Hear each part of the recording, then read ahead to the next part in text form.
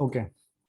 अच्छा, तो इस तरीके से आपके पास ये सर्वर्स का जो लोड है वो आपके पास यहाँ पर डिवाइड हुआ हुआ होता है, जो कि आपके पास यूजर्स जो हैं वो यूजर्स आपके पास इन सर्वर्स के ऊपर आप यहाँ पर आपके यहाँ पर डिवाइड हुए होते हैं। अगर आप यहाँ पर सिंपल एक काम ये करें, थोड़ा सा मैं आपको थोड़ा सा इसको और मजीद इंटरेस्टिंग बनाने के लिए मैं यहाँ पर आपको बताऊंगा कि आप यहाँ पर एक काम ये करें कि आप यहाँ पर सिंपल आप ये सर्च करें Facebook server centres, data centres, sorry, Facebook data centre लिख के अगर आप यहाँ पर सर्च करेंगे तो आपको यहाँ पर इसके फेसबुक के जो डेटा सेंटर्स हैं उसकी पिक्चर्स आपको यहाँ पर नजर आएगी। जो कि आपको यहाँ पर अगर आप देखेंगे तो ये फेसबुक के सिर्फ डेटा सेंटर्स हैं, जो कि यहाँ पर आपके पास मल्टीपल अलग अलग रीजन्स के अंदर फेसबुक ने अपने बनाए हुए होते हैं। मतलब ये जो आपको नजर आ रहा होता है कि फेसबुक आपका इतना स्मूथ चल रहा है और इसके अलावा आपके पास इतने बिलियंस ऑफ डेटा होने के बावजूद भी ये आपका इतना ज्यादा स्मूथ चल रहा होता है, तो ये सारी इन सब की वजह ये है कि यहाँ पर आपके पास मल्टीपल डेटा सेंटर्स हैं जो कि प्रॉपर्ली ऑर्गेनाइज होते हैं और मैनेज हो रहे होते हैं, ठीक है। जिसकी वजह से आपके पास यहाँ पर जो भी डेटा आप यहाँ पर एक्सेस कर रहे होते हैं वो आपको एक दूसरे से आपस में कनेक्टेड होता है और आपको फौरन से उसका एक्सेस भी मिल रहा होता है, ठीक है। मतलब उसके अंदर ऐसा नहीं होता है कि वो बहुत ज्यादा टाइम नहीं ले रहा होता है। अब इसी तरह से अगर आप यहाँ पर फेसबुक के बजाय अगर आप यहाँ पर गूगल का डेटा सेंटर अगर आप यहाँ पर सर्च करेंगे तो आपको ये भी यहाँ पर मिल जाएगा, ठीक है। गूगल डेटा सेंटर्स आप सर्च करें, गूगल डेटा सेंटर्स भी आपको यहाँ पर मिल जाएंगे। अगर आप यहाँ पर अमेजॉन डेटा सेंटर्स वगैरह सर्च करेंगे तो वो भी आपको यहाँ पर मिल जाएंगे, ठीक है। ठीक है, तो इस तरीके से ये आपके पास प्रॉपरली इस तरीके से ये आपके पास ऑर्गेनाइज होती हैं ये चीजें और इस तरीके से ये आपके पास यहाँ पर चल रही होती है। तो ये मैंने थोड़ा सा आपको थोड़ा सा बैकएंड का भी मैंने आपको थोड़ा सा टच दिया है कि बैकएंड के अंदर किस तरह से ये सारी चीजें चल रही होती हैं, ताकि आपको कोई वेबसाइट के ऊपर जब आप काम करें और उसके ऊपर कोई आपसे ये पूछे कि भाई कोई आपकी वेबसाइट को कोई हिट करता है तो उसका प्रोसेस बैकएंड पे क्या चल रहा होता है, तो आपको ये पता हो कि उसके अंदर रिक्वेस्ट क्या होती है और रिस्पॉन्स क्या होता है, ठीक है। अच्छा, अब ये जो आप रिक्वेस्ट करते हैं ये रिक्वेस्ट आप करते हैं फॉर एग्जाम्पल ये जो आप यहाँ पर लिखते हैं facebook.com, तो ये facebook.com आपको सिर्फ ये facebook.com अगर आप यहाँ पर लिखते हैं तो ये facebook.com का आपके सर्वर से कोई रिलेशन नहीं होता, ठीक है। ये बात ध्यान में रखिएगा। ये facebook.com जैसे ही आप लिखते हैं तो facebook.com का रिलेशन होता है इसकी आईपी एड्रेस के साथ, ठीक है। मतलब जो भी आप वेबसाइट को आप यहाँ पर एक्सेस करते हैं तो हर वेबसाइट को उसके आईपी एड्रेस के साथ उसका उसके सर्वर्स का लिंक होता है, ठीक है। facebook.com हम यहाँ पर क्यों लिखते हैं, हम यहाँ पर सिर्फ इस वजह से लिखते हैं कि हमारे हम इसको इजीली मेमोराइज कर सकें, ताकि आपका फॉर एग्जाम्पल अगर आप किसी को कोई आईपी एड्रेस बताएं, फॉर एग्जाम्पल अगर आप किसी को आईपी एड्रेस बताएं 234.22.2.567, अब ये आईपी एड्रेस आपको याद रखने में मुश्किल होगी या फिर आपको ये वाली चीज आपको याद रखने में मुश्किल होगी? टेल मी, कोई बताएगा मुझे? आईपी एड्रेस है आईपी एड्रेस आपको याद रखने में मुश्किल होगी, जाहिर है, ठीक है। जी। तो इस वजह से जी आप इसको मैप करते हैं अपने नाम के साथ। आप यहाँ पर लिखते हैं अपना नाम और ये नाम आपका मैप हुआ हुआ होता है आपके आईपी एड्रेस के साथ। तो जब भी आप यहाँ पर facebook.com यहाँ पर लिखते हैं तो ये क्या करता है, ये आपके आईपी एड्रेस को हिट करता है और फिर आईपी आपका जो आईपी एड्रेस है वो आपके सारे डेटा सेंटर्स और आपके सर्वर्स के साथ कनेक्ट हुआ हुआ होता है, ठीक है। तो एक्चुअली आपका जो सर्वर आपका जो नाम होता है ये नाम आपका बिहाइंड द सीन काम नहीं कर रहा होता। बिहाइंड द सीन जो आपका काम कर रहा होता है वो आपका आईपी। जो आईपी एड्रेस है वो आपका काम कर रहा होता है, ठीक है। अच्छा, अब इसके अंदर जैसे ही मैं यहाँ पे फॉर एग्जांपल facebook.com लिखता हूँ तो facebook.com यहाँ पर लिखते ही ये क्या करता है, ये रिक्वेस्ट सेंड करता है। रिक्वेस्ट के बाद ये आपको उसका रिस्पॉन्स यहाँ पर सेंड करता है। अब अगर आप यहाँ पर देखेंगे, अब मैं इसके अंदर अगर आपको थोड़ी सी और इंटरेस्टिंग चीजें बताऊं तो उसके अंदर ये है कि फॉर एग्जांपल अगर आप इसको नेटवर्क के टैब के अंदर जाएंगे तो नेटवर्क के टैब के अंदर आपके पास यहाँ पर काफी सारी रिक्वेस्ट हैं जो कि आपको यहाँ पर नजर आ रही होंगी, ठीक है। थोड़ा सा मैं इसको जूम कर देता हूँ। अच्छा, नेटवर्क के टैब के अंदर आपको यहाँ पर काफी सारी रिक्वेस्ट है जो आपको यहाँ पर नजर आ रही होंगी। अगर आप इसके ऊपर अगर आप गौर करें तो ये इतनी सारी रिक्वेस्ट है जो कि यहाँ पे आपको नजर आ रही है। अब ये जो रिक्वेस्ट आपको यहाँ पर नजर आ रही है इन रिक्वेस्ट कैसे यहाँ पर लोड होती है? फॉर एग्जाम्पल आपने सबसे पहले हिट किया facebook.com। facebook.com ने क्या किया, facebook.com ने यहाँ पर सबसे पहले आपकी रिक्वेस्ट आप सॉरी, ये थोड़ा सा ज्यादा जूम इन हो गया है मेरे ख्याल से। जैसे ही आपने facebook.com लिखा, facebook.com ने आपके पास यहाँ पर एक रिक्वेस्ट भेजी facebook.com को, ठीक है। अच्छा, facebook.com जैसे जैसे ही आप रिक्वेस्ट भेजते हैं, रिक्वेस्ट भेजते ही ये रिस्पांस के अंदर आपको क्या भेजता है, ये रिस्पांस के अंदर आपको भेजता है इसकी पूरी HTML, ठीक है। अगर आप यहाँ पर नोटिस करें तो ये रिस्पॉन्स के अंदर इसकी पूरी HTML आपको यहाँ पर नजर आती है, जो कि आपको सर्वर साइड से रिसीव हो रही होती है। आप रिक्वेस्ट करते हैं अपने ब्राउजर से और इसके बाद आपको रिसीव होता है रिस्पॉन्स आपके सर्वर साइड से, ठीक है। तो ये आपकी बिल्कुल कम्युनिकेशन हो रही होती है बिटवीन क्लाइंट टू सर्वर और सर्वर टू क्लाइंट, ठीक है। तो इसके अंदर आपकी कम्युनिकेशन की दो टाइप्स होती हैं, एक होती है आपके पास वन वे कम्युनिकेशन और एक आपके पास होती है टू वे कम्युनिकेशन, ठीक है। दो टाइप्स आपके पास ये कम्युनिकेशन की होती हैं। ये ज्यादा कॉम्प्लेक्स हो रहा है तो बता दें, मैं इसको स्किप कर देता हूँ, one way two way communication वाला बाद में बता दूंगा मैं। कोई मुझे सजेस्ट कर दें अगर ये ज्यादा कॉम्प्लेक्स हो रहा है तो मैं बाद में बता दूंगा इसको, one way two way communication वाला part। सही है, समझ लग रही है। समझ में आ रही है? अगर किसी को कॉम्प्लेक्स लग रहा है तो प्लीज बता दें।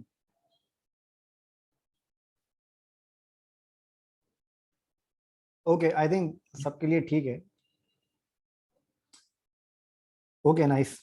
अच्छा, इसके अंदर आपके पास कम्युनिकेशन के आपके पास दो टाइप्स होती हैं, एक टाइप आपके पास होती है वन वे कम्युनिकेशन और एक टाइप आपके पास होती है टू वे कम्युनिकेशन, ठीक है। वन वे कम्युनिकेशन आपके पास क्या होती है? वन वे कम्युनिकेशन आपके पास ये होती है कि आप, ओके नाइस। अच्छा, वन वे कम्युनिकेशन आपके पास ये होती है कि फॉर एग्जांपल आपने क्या किया, आपने यहाँ पे एक यूआरएल को आपने यहाँ पर हिट किया और इस यूआरएल को यहाँ पर हिट करने के बाद आपके पास क्या होता है कि आपके पास यहाँ पर सर्वर आपको रिस्पॉन्स भेजता है, ठीक है। लेकिन टू वे कम्युनिकेशन क्या होती है? टू वे कम्युनिकेशन ये होती है कि फॉर एग्जांपल आपने व्हाट्सएप के ऊपर मैसेज किया, आपने व्हाट्सएप के ऊपर किसी को मैसेज किया और आपने क्या किया कि व्हाट्सएप के ऊपर जैसे ही आप मैसेज, जैसे ही आप फॉर एग्जांपल मैं आपको यहाँ पे एक एग्जांपल दिखाता हूँ कि फॉर एग्जांपल मैंने यहाँ पर व्हाट्सएप के ऊपर एक मैसेज मैंने यहाँ पे लिखा,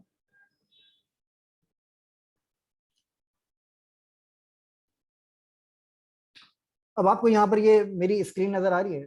मैं अपनी इस शेयरिंग में ऑफ करता हूँ थोड़ी देर के लिए। मेरी स्क्रीन आपको नजर आ रही है यहाँ पे मोबाइल की? यस सर, आ रही है। अच्छा, अब फॉर एग्जांपल ये आपने व्हाट्सएप है आपका, ठीक है। अब व्हाट्सएप के ऊपर जैसे ही आप यहाँ पर कोई मैसेज टाइप करके आप यहाँ पर सेंड का बटन प्रेस करते हैं, ठीक है। जैसे ही आप सेंड का बटन प्रेस करते हैं तो इस पे क्या होता है कि जैसे ही आप सेंड का बटन प्रेस करेंगे, ये क्या करता है, सर्वर साइड पे आपकी एक रिक्वेस्ट सेंड करता है और रिक्वेस्ट सेंड करता है तो क्या होता है कि आपके पास वहां पे एक रिस्पॉन्स आता है। रिस्पॉन्स में क्या आता है कि ये रिक्वेस्ट आपके क्लाइंट को रिसीव हुई है या नहीं हुई है, वो आपका सेकंड वाला पार्ट है। लेकिन फर्स्ट पार्ट आपका ये होता है कि ये रिक्वेस्ट आपके सर्वर साइड के ऊपर सही से पहुंची है या नहीं पहुंची, ठीक है। अब जब आप यहाँ पर व्हाट्सएप के ऊपर कोई मैसेज सेंड करते हैं तो आपके पास यहाँ पर एक टिक मार्क आता है, ठीक है। अब जब आपके पास यूजर उस मैसेज को रीड कर लेता है तो वो आपके पास सेकंड टिक मार्क आता है जो कि आपका ब्लू कलर का हो जाता है, ठीक है। तो जो आपके पास ये जो आपके पास पूरा वर्कफ्लो आपका जो चल रहा होता है, ये वर्कफ्लो आपका होता है two way communication. Two way communication का क्या मतलब होता है कि आपने एक रिक्वेस्ट करी सर्वर साइड पे, फिर सर्वर साइड एक और रिक्वेस्ट सेंड करता है आपके उस यूजर को जिसको आपने मैसेज सेंड किया है। ये आपकी होती है टू वे कम्युनिकेशन। मतलब आपने एक रिक्वेस्ट करी सर्वर साइड पे और सर्वर साइड ने आपको रिस्पांस भेज दिया, ये आपकी वन वे कम्युनिकेशन है। लेकिन टू वे कम्युनिकेशन के अंदर डिफरेंस क्या होता है? उसके अंदर डिफरेंस ये होता है कि जैसे ही आपने सर्वर साइड पे रिक्वेस्ट सेंड करी, सर्वर साइड एक और रिक्वेस्ट सेंड करता है आपके उस यूजर को जिसको आपने मैसेज भेजा है। पॉइंट समझ में आया ये? अच्छा। तो ये आपकी होती है टू वे कम्युनिकेशन। इसके बारे में आपको और ज्यादा डिटेल के अंदर बाद में बताऊंगा, ठीक है। अच्छा, अब इसके अंदर हमने इसके अंदर एपीआई को बहुत ज्यादा डिटेल में हमने डिस्कस कर लिया। अब एपीआई के बाद आपके पास एक पार्ट आता है आपका रिएक्ट जेएस की इंस्टॉलेशन। अब रिएक्ट जेएस की इंस्टॉलेशन सबसे पहले मैं आपको बताता हूँ रिएक्ट जेएस को आप यूज क्यों करते हैं, रिएक्ट जेएस की जरूरत आपको क्यों फील होती है, मतलब क्यों आपको रिएक्ट जेएस को यूज करना होता है। ये क्लास अगर ज्यादा लंबी हो गई तो बता दें, मैं एंड कर दूंगा इसको। वो सर बता दें रिएक्ट जेएस का। ओके, रिएक्ट जेएस का मैं एक इंट्रोडक्शन में आपको बता देता हूँ। अच्छा, रिएक्ट जेएस का आपको यूज कहाँ पे करना होता है और इसकी क्यों आपको जरूरत पेश आती है रिएक्ट जेएस की, ठीक है। अब फॉर एग्जांपल जब यहाँ पर फेसबुक ने अपना एक फेसबुक की वेबसाइट जब इसने बनाई थी, तो जब इसने ये वेबसाइट बनाई थी तो आप इसके पास कोई इस तरह का रिएक्ट जेएस टाइप का कोई फ्रेमवर्क नहीं था, क्योंकि ये रिएक्ट जेएस आपका बना हुआ है, ये आपका फेसबुक का ही बना हुआ फ्रेमवर्क है, ठीक है। जो रिएक्ट जेएस बनाया है ये आपके फेसबुक के डेवलपर्स ने ही बनाया है, जो कि फेसबुक को बनाने के लिए ये फ्रेमवर्क, ये लाइब्रेरी, ये फ्रेमवर्क इन्होंने बनाया है, ठीक है। अच्छा, अब रिएक्ट जेएस की क्यों जरूरत पेश आई? रिएक्ट जेएस का जो अपना स्ट्रक्चर है, जो इसका आर्किटेक्चर है रिएक्ट जेएस का, वो इसका इस तरह का है कि आप इसके अंदर बहुत बड़ी बड़ी एप्लीकेशंस को आप आसानी से बना सकते हैं। आसानी से मतलब यह है कि इसके अंदर जो स्केलेबिलिटी का जो इसके अंदर जो पार्ट है, वो स्केलेबिलिटी का जो पार्ट है इसके अंदर, वो इसका बहुत ज्यादा हाईली मेंटेन्ड है, मतलब बहुत ज्यादा आप स्केलेबल एप्लीकेशन आप इसके अंदर बना सकते हैं। फॉर एग्जाम्पल अगर आप यहाँ पर फेसबुक की अगर आप बात करें, तो फेसबुक के अंदर आपके पास क्या होता है कि फॉर एग्जाम्पल आप यहाँ पर एक पेज देख रहे हैं, मैं अपनी स्क्रीन शेयर कर देता हूँ, आई थिंक शेयर नहीं हो रही। अच्छा, अब आप यहाँ पर देखते हैं फेसबुक का, तो फेसबुक के अंदर आपके पास यहाँ पर मल्टीपल आपके पास यहाँ पर पोस्ट नजर आ रही होती हैं आपको, ठीक है। अब ये जो पोस्ट आपको यहाँ पर नजर आ रही हैं, अब इसी यही पोस्ट अगर आप किसी ग्रुप के अंदर जाते हैं, किसी ग्रुप के पेज के ऊपर आप जाते हैं,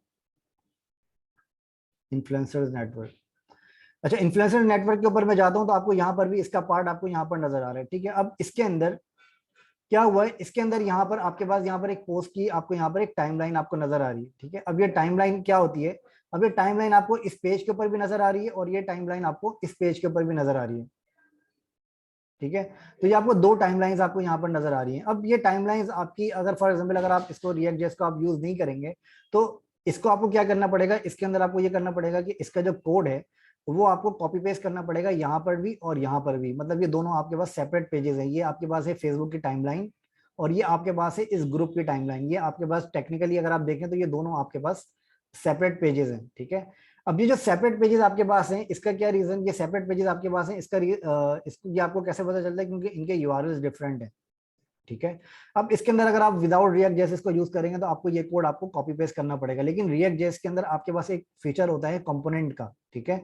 तो कंपोनेंट के अंदर आप क्या कर सकते हैं, आप इस रिएक्ट जेएस के पूरे कोड को, आप रिएक्ट जेएस के आप किसी भी पूरी वेबसाइट को या किसी भी पूरी मोबाइल ऐप को आप छोटे छोटे कंपोनेंट्स के अंदर आप उसको डिवाइड कर सकते हैं। फॉर एग्जांपल अगर मैं आपको एक एग्जांपल दूं winjoy.ae के नाम से, तो जो winjoy.ae की वेबसाइट है, इसके अंदर आपके पास क्या है कि फॉर एग्जांपल ये जो winjoy.ae की वेबसाइट है, इसके अंदर आपके पास यहाँ पर एक अलग अलग आपको यहाँ पर कुछ कंपोनेंट्स नजर आते हैं। कंपोनेंट आपको क्या नजर आते हैं, फॉर एग्जाम्पल आप अगर यहाँ पर देखेंगे तो आपके पास यहाँ पर एक हेडर का कंपोनेंट आपको यहाँ पर नजर आएगा, मतलब जो पूरा आपका ओवरऑल वेब पेज है, ये पूरा ओवरऑल वेब पेज आपका एक मल्टीपल कंपोनेंट्स के अंदर डिवाइड हुआ होता है, मतलब हर आपका पूरा पूरा एक एक सेक्शन मल्टीपल कंपोनेंट्स के अंदर डिवाइड हुआ होता है, ताकि आप उनको रीयूज कर सकें बगैर कोड को कॉपी पेस्ट किए।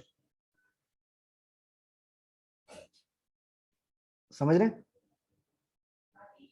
अच्छा, इसकी ये सबसे बड़ी वजह होती है रिएक्ट जेएस को यूज करने की, ये इसका कंपोनेंट का आर्किटेक्चर और इसके अंदर जो इसका यूजर एक्सपीरियंस जो इसका आपका होता है, वो आपका बहुत ही ज्यादा स्मूथ होता है रिएक्ट जेएस के अंदर। और रिएक्ट जेएस के अंदर ये रिएक्ट जेएस के लिए आपको ये समझने की जरूरत है कि रिएक्ट जेएस आपका बैकएंड डेवलपमेंट के लिए नहीं है, रिएक्ट जेएस आपका फ्रंट एंड डेवलपमेंट फ्रेमवर्क है, ठीक है। ये बात ध्यान में रखिएगा कि जो रिएक्ट जेएस है आपका, वो आपका फ्रंट एंड डेवलपमेंट फ्रेमवर्क है, बैक एंड डेवलपमेंट फ्रेमवर्क नहीं है, ओके। अगर आपको रिएक्ट जेएस के साथ अगर आपको बैकएंड डेवलपमेंट भी अगर आपको सीखनी है, तो उसके लिए आपको रिएक्ट जेएस के साथ नोड जेएस को आपको ऐड करना पड़ेगा, या फिर आप नोड जेएस को ऐड करें, या फिर आप डॉटनेट को ऐड करें, या फिर आप जावा को ऐड कर लें, या फिर आप कोई और फ्रेमवर्क अगर आपको पता है तो आप उसको ऐड कर लें, ठीक है। डॉटनेट को भी ऐड कर सकते हैं वैसे। अच्छा, तो इस तरीके से आप अपने पास रिएक्ट जेएस के अंदर आप इसका फ्रंट एंड बनाते हैं। इसको इंस्टॉल करने का तरीका बड़ा सिंपल है। आप सिंपल क्या करें, आप सिंपल जाएं रिएक्ट जेएस की वेबसाइट के ऊपर। जब आप रिएक्ट जेएस की वेबसाइट के ऊपर जाते हैं, तो आपके पास यहाँ पर एक कोड आपको यहाँ पर नजर आता है। मैं आपको रिएक्ट जेएस के लिए सबसे पहले आपको ये बता देता हूँ कि रिएक्ट जेएस को इंस्टॉल करने के लिए आपके पास क्या क्या होना जरूरी है।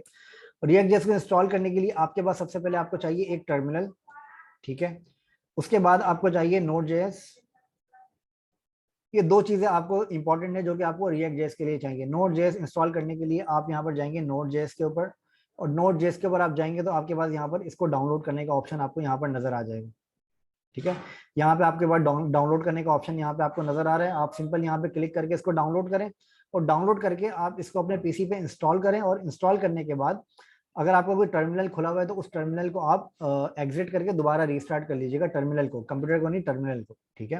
रीस्टार्ट कर लीजिएगा तो आपका ये नोड जेएस वाली कमांड आप रन कर सकते हैं, ठीक है। अदरवाइज ये क्या करेगा कि फॉर एग्जाम्पल आप रिएक्ट जेएस को इंस्टॉल करने की कमांड आप रन करेंगे, तो आपको ये रिएक्ट जेएस इंस्टॉल नहीं करने देगा, ये आपको एरर दे देगा कि आप npm नॉट फाउंड या npx नॉट फाउंड, इस तरह का ये आपको एरर दे देगा, ठीक है। अच्छा, तो इसको इंस्टॉल करने के लिए आपके पास नोड जेएस का होना जरूरी है। नोड जेएस के अलावा आपके पास टर्मिनल का होना जरूरी है। टर्मिनल आपके पास कोई सा भी हो सकता है। टर्मिनल के आपके पास बहुत सारे ऑप्शंस होते हैं। एक आपके पास गिट बैश होता है जिसको हम नॉर्मली यूज कर रहे होते हैं, ठीक है। अच्छा, फिर इसके बाद हम इसको यहाँ पर और ज्यादा डिटेल के अंदर नेक्स्ट सेशन के अंदर देखेंगे। आई थिंक आज का सेशन के लिए इतना काफी है, फिर इंशाल्लाह इसको नेक्स्ट सेशन के अंदर मजीद डिटेल के अंदर हम इसको देखते हैं, ठीक है। कोई क्वेश्चन आप में से किसी का तो प्लीज बता दें।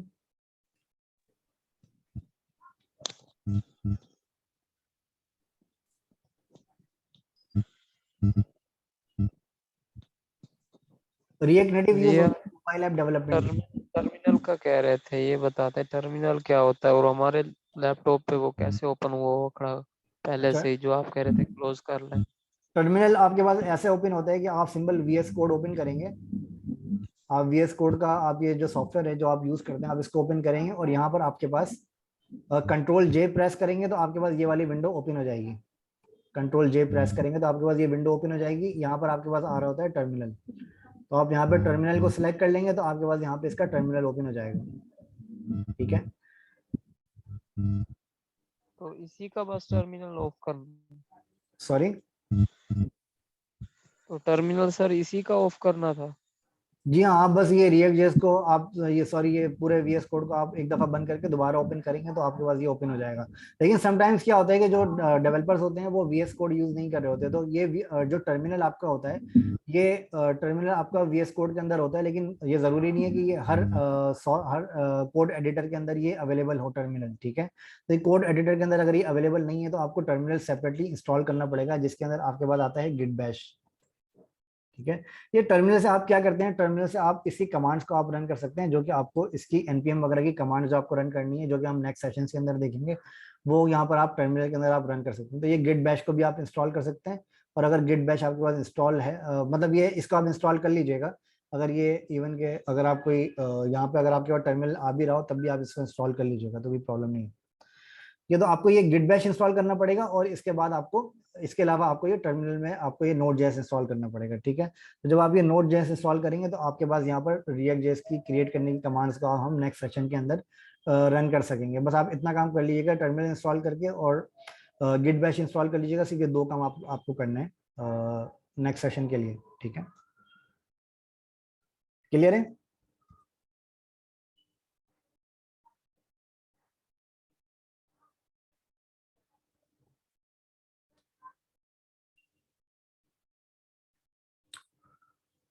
अच्छा, वेबसाइट को चेक करना है आपको किसी वेबसाइट पे कि ये रिएक्ट जैसे बनी है या नहीं, इसको चेक करने के लिए आप इसके मल्टीपल फ्रेमवर्क्स आते हैं। मतलब अगर आप यहाँ पर लिख के सर्च करेंगे, अगर आप यहाँ पर गूगल क्रोम के ऊपर जाएंगे और यहाँ पर आपके पास एक्सटेंशंस के अंदर जाएंगे तो यहाँ पर भी आपके पास एक्सटेंशंस नज़र आ जाती हैं, जिसके अंदर कुछ एक्सटेंशंस थी जो मुझे बहुत पहले याद थी।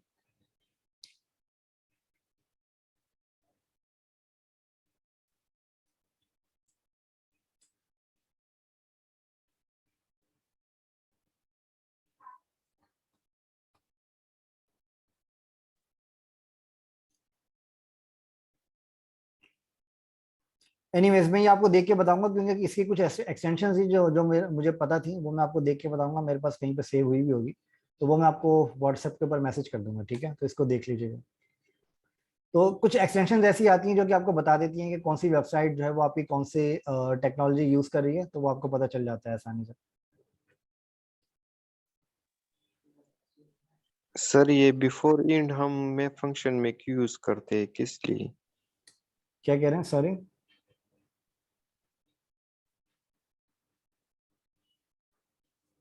क्या कह रहे हैं, सॉरी? आपकी आवाज समझ में नहीं आई मुझे, दोबारा बताएंगे? सर ये बोल रहे हैं वो आपने फंक्शन लगाया ना, इंसर्ट एडजस्ट बिफोर एंड लगा के कोई अच्छा, इसके अंदर आपके करना पास यहाँ पर चाहे और वो भी आपके पास ये असल में आपकी पोजीशंस होती हैं। ये मैं आपको बाद में नेक्स्ट सेशन के अंदर मैं इसको और डिटेल में बताऊंगा, क्योंकि इसके अंदर आपके पास और भी काफी सारे ऑप्शंस होते हैं। एक इसके अंदर फॉर एग्जांपल आपके पास होता है बिफोर एंड, बिफोर एंड के अलावा आपके पास यहाँ पर और भी ऑप्शंस होते हैं, आफ्टर बिगिन और आफ्टर एंड। तो ये आपको इसके अलावा आपके पास और भी यहाँ पर ऑप्शन होते हैं, जैसे ये मैंने इंसर्ट एडजेसेंट एचटीएमएल यूज किया है, आप यहाँ पर इनर एचटीएमएल भी आप यूज कर सकते हैं, ठीक है। लेकिन इसके अंदर क्या डिफरेंस होता है कि इनर एचटीएमएल के अंदर आपके पास ये वाली चीजें आपको ये नहीं मिलती, ठीक है। तो ये मैं आपको नेक्स्ट सेशन के अंदर बताता हूँ, इसके अंदर सारी प्रॉपर्टीज आपको डिफाइन करके बताता हूँ कि इसमें क्या डिफरेंस होता है बिफोर एंड, आफ्टर एंड, और इसके अलावा टेक्स्ट का सेशन होता है, आफ्टर बिगिन होता है, ठीक है। तो ये सारी चीजें इसके अंदर आपके पास यहाँ पर ऐड हुई होती हैं, जो कि मैं आपको इंशाल्लाह नेक्स्ट सेशन के अंदर प्रैक्टिकल करके बताता हूँ इसको, ठीक है।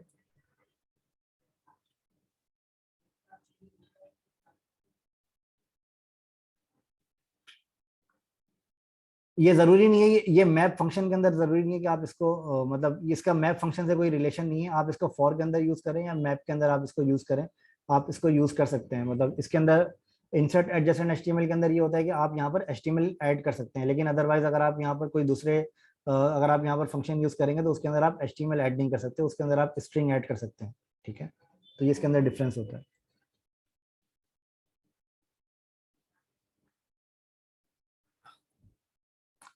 ओके एनीवेज, तो आज की क्लास को यहाँ पे एंड करते हैं, फिर इंशाल्लाह नेक्स्ट सेशन के अंदर मुलाकात होती है। जब तक के लिए अपना ख्याल रखें। Thank you so much. अल्लाह हाफिज़। कोई क्वेश्चन हो तो व्हाट्सएप के ऊपर मुझे पर्सनल मैसेज कर दीजिएगा। Thank you. अल्लाह हाफिज़। चल।